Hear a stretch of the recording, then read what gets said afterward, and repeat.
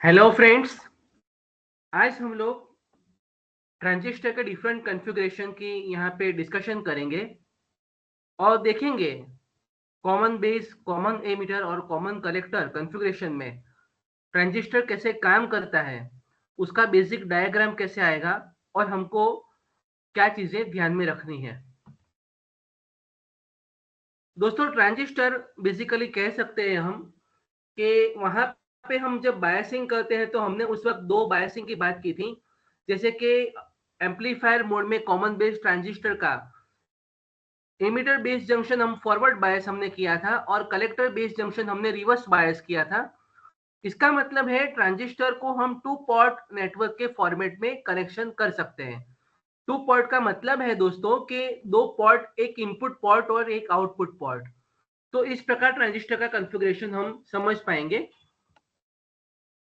एक टर्मिनल है वो कॉमन रहता है, 2 पोर्ट है तो वो ग्राउंड कॉमन रहेगा और कॉमन टर्मिनल जो हमारे होते हैं वो कोई भी हो सकता है, आइदर एमीटर ले लो, आइदर बेस ले लो या फिर कलेक्टर ले लो।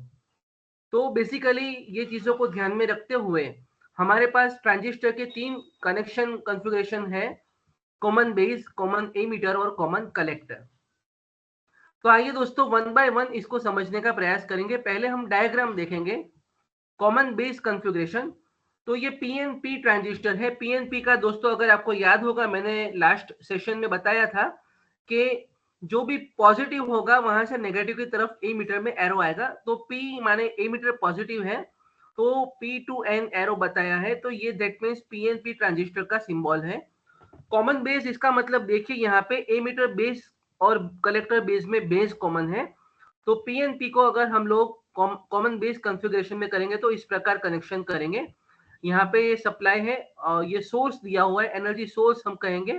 और यहाँ पे ये जो कैपेसिटर है ये सप्लाई को प्योर करने के लिए यहाँ पे यूज किया गया है। ये बेसिकली सिग्नल है दोस्तों, इसको आप एसी सप्लाई नहीं कहेंगे, ये सिग्नल है। और ये आपका डीसी सोर्स यहाँ पे दिया गया है। तो पीएनपी में इस प्रकार और एनपीएन में ज्यादा कुछ फर्क नहीं है दोस्तों, लेकिन आप देख सकते हैं कि emitter base junction forward bias है तो पी टू पी है और यहाँ पे emitter base junction forward bias है तो ये एन टू एन है।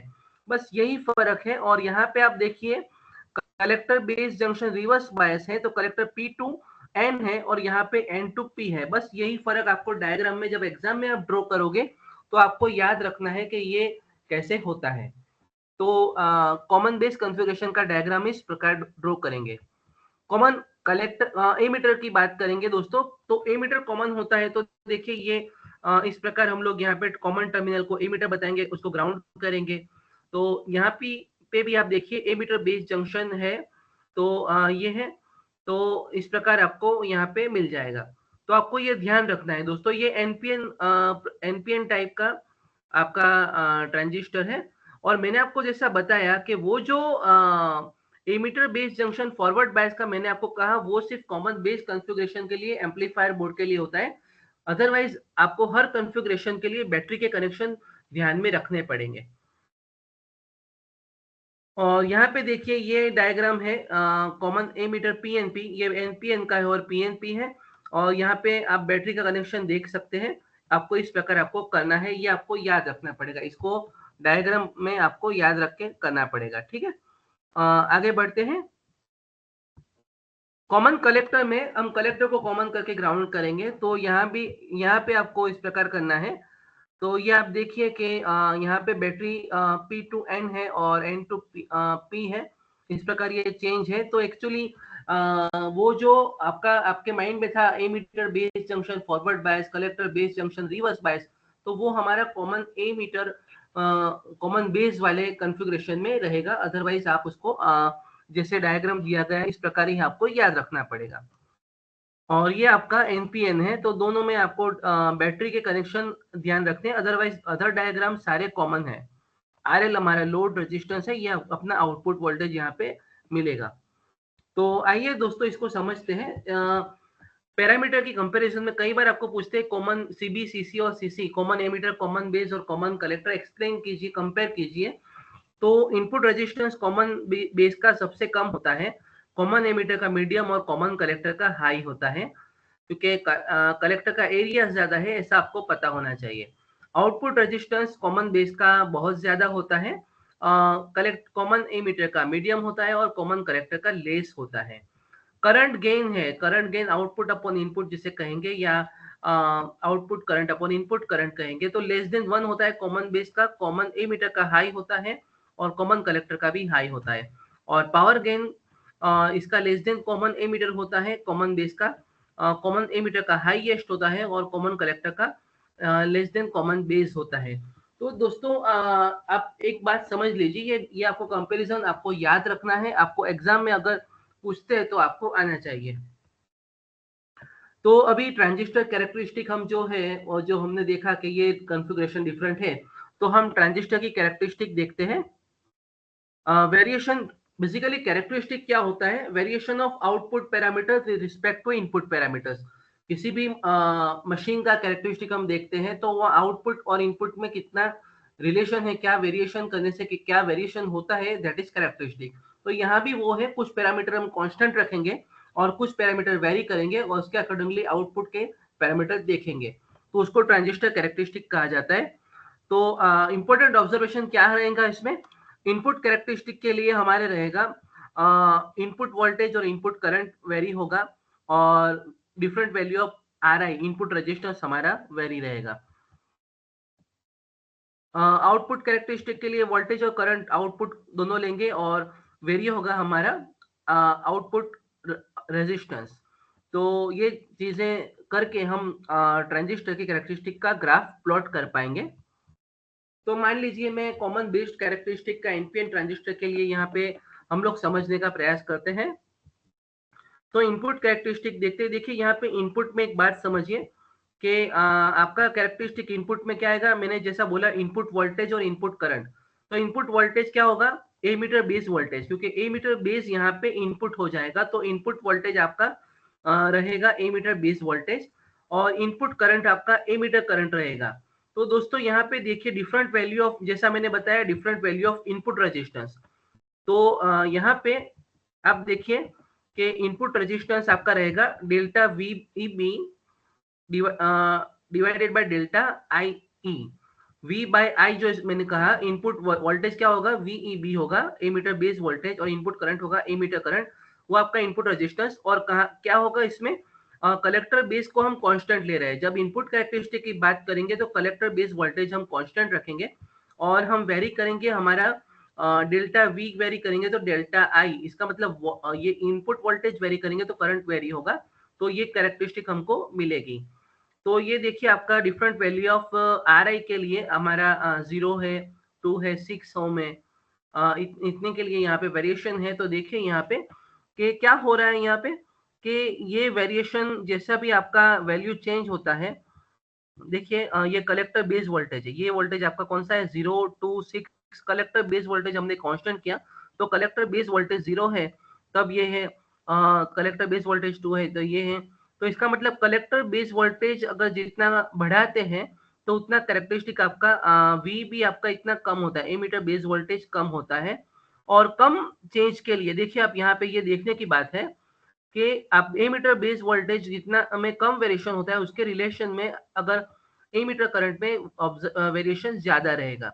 तो ये चीजें आपको लिखनी है एग्जाम में कि इनपुट कैरेक्टरिस्टिक के common base transistor NPN transistor में जब हम इनपुट वोल्टेज वेरी करते हैं एमीटर बेस वोल्टेज, तो उसके रेफरेंस में एमीटर करंट में ज्यादा वेरिएशन ऑब्जर्वेशन में आएगा, जो यहाँ पे ग्राफ में आपको दिख रहा है। देखिए यहाँ पे छोटा सा पोर्शन है और यहाँ पे एक बड़ा सा पोर्शन है, ऑलमोस्ट 4 to 5 टाइम्स। तो ये जो V बाय आई हमारा है, तो इसका वैल्यू करीबन 20 ओम से 100 ओम होता है, 20 to 100 ओम रहता है। तो ये आपका इनपुट कैरेक्टरिस्टिक हुआ। आउटपुट कैरेक्टरिस्टिक में जैसा आपको पता है यहाँ पे कलेक्टर बेस है दोस्तों, आउटपुट वोल्टेज और कलेक्टर करंट आउटपुट करंट आएगा। तो देखिए वीसीबी अपॉन आईसी, तो ये आईसी हमारा यहाँ पे सेचुरेशन रीजन है। सेचुरेशन रीजन में और ये देखिए 3 रीजन में मैंने डिवाइड किया है कैरेक्टरिस्टिक को। एक कट ऑफ रीजन है, एक एक्टिव रीजन है। एक्टिव रीजन में हम उसका यूज करेंगे कांस्टेंट करंट सोर्स यूज करेंगे, क्योंकि कलेक्टर करंट कांस्टेंट रह जाता है। तो जो भी सर्किट में हमको कांस्टेंट करंट चाहिएगा होगा तो हम ट्रांजिस्टर एनपीएन ट्रांजिस्टर को, कॉमन बेस को एज कैसे यूज करेंगे, करंट सोर्स के लिए एक्टिव रीजन में यूज करेंगे। ये कट ऑफ रीजन है, ये रीजन आपका, और ये रीजन आपका सैचुरेशन रीजन है। तो हम अगर इसको कांस्टेंट करंट सोर्स में यूज करेंगे तो एक्टिव रीजन में यूज करेंगे। तो आप देखिए ये यहाँ पे थोड़ा चेंज है, और इनपुट रेजिस्टेंस आपका नहीं आएगा, यहाँ पे आएगा output resistance. Output resistance is equal to output voltage divided by output current. Voltage है कॉमन बेस, कलेक्टर बेस का कॉमन वोल्टेज जो यहाँ पे दिया गया है, डेल्टा वीसी भी कहेंगे हम, और डेल्टा आईसी कलेक्टर करंट।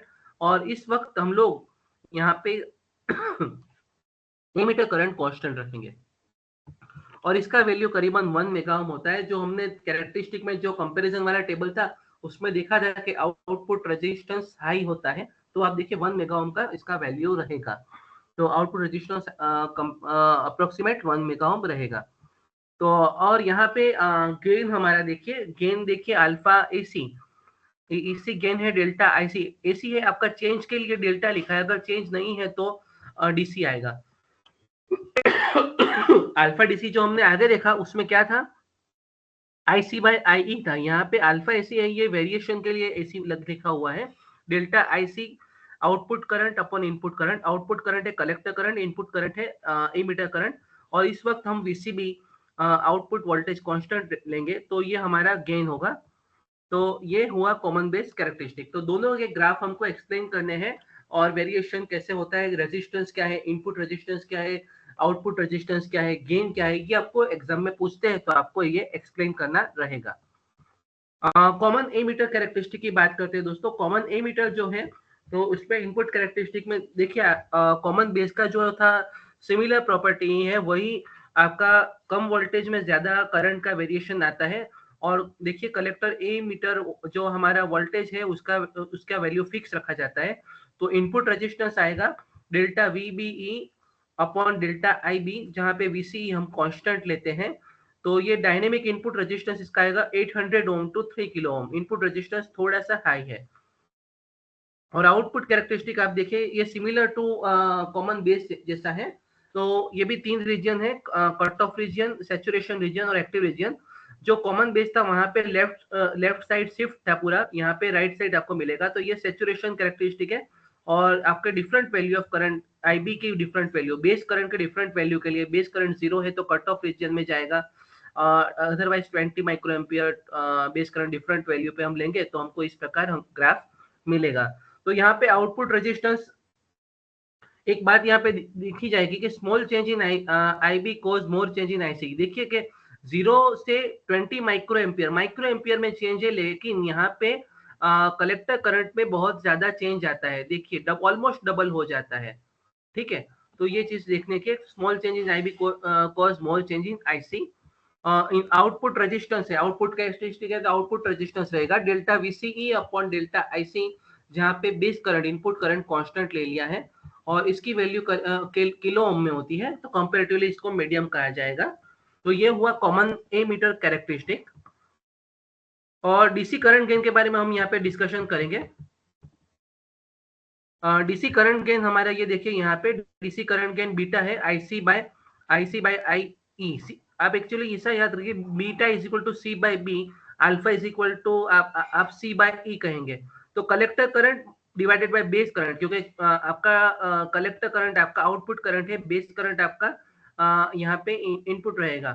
ठीक है, तो ये जो कलेक्टर करंट है, तो ये कलेक्टर करंट और बेस करंट के रेशियो को हम लोग गेन कहते हैं, डीसी गेन। और एसी गेन के लिए हम लोग डेल्टा यूज करेंगे, delta IC upon delta IB, और वहां पे वीसी कांस्टेंट रखेंगे।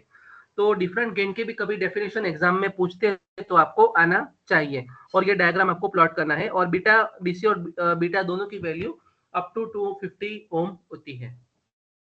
तो दोस्तों हमने कॉमन बेस देखा, कॉमन ए मीटर देखा, कॉमन कलेक्टर थोड़ा सा देख लेते हैं। तो देखिए यहाँ पे कॉमन कलेक्टर का डायरेक्ट हम लोग ग्राफ देखते हैं, तो ये थोड़ा सा अलग कैरेक्टरिस्टिक रहता है। यहाँ पे आप देखिए कि हमारा कलेक्टर ए मीटर जो वोल्टेज है वो -6 वोल्ट रहता है। और हमारा इनपुट कैरेक्टरिस्टिक के लिए क्या होगा, इनपुट वोल्टेज कलेक्टर बेस होगा, कलेक्टर बेस हमारा इनपुट वोल्टेज और बेस करंट हमारा इनपुट करंट होगा। तो हमको इस प्रकार ग्राफ मिलेगा। तो increase in collector current, collector ammeter voltage reduces IB. देखिए कि आपका कलेक्टर करंट अगर बढ़ता है तो आपका आईबी कम होता है। तो ये चीज़ आपको देखने लायक है। देखिए जैसे भी आपका कलेक्टर एमीटर वोल्टेज बढ़ता है, ऐसे ही आपका आईबी रिड्यूस होता है। तो ये देखिए ये रिड्यूस हो रहा है, देखिए ये जो ग्राफ है रिड्यूस हो रहा है। डिफरेंट वीसीई की वैल्यू के लिए हमने यहाँ पे ग्राफ प्लॉट किए हैं। और आउटपुट कैरेक्टरिस्टिक देखते हैं दोस्तों। तो आउटपुट कैरेक्टरिस्टिक में देखिए ये सिमिलर टू कॉमन एमीटर जैसा है। तो आप देखिए ये कट ऑफ सैचुरेशन इसी प्रकार है, डायग्राम में कोई फर्क नहीं है। और आउटपुट कैरेक्टरिस्टिक हमारी कॉमन एमीटर से कॉमन है, तो आपको ये पता चलना चाहिए। और अल्फा आप देखेंगे गेन का, तो output current divided by input current. तो आईसी हमारा यहाँ पे आउटपुट लेंगे और एमीटर करंट इनपुट लेंगे। तो आईसी एक्चुअली इसका रीजन है, मैं आपको कह रहा हूँ कि यहाँ पे मैंने आईसी क्यों लिखा है।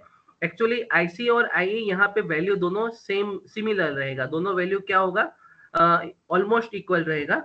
तो ये चीज आपको ध्यान रखनी है क्योंकि अल्फा का वैल्यू बहुत ही कम होगा।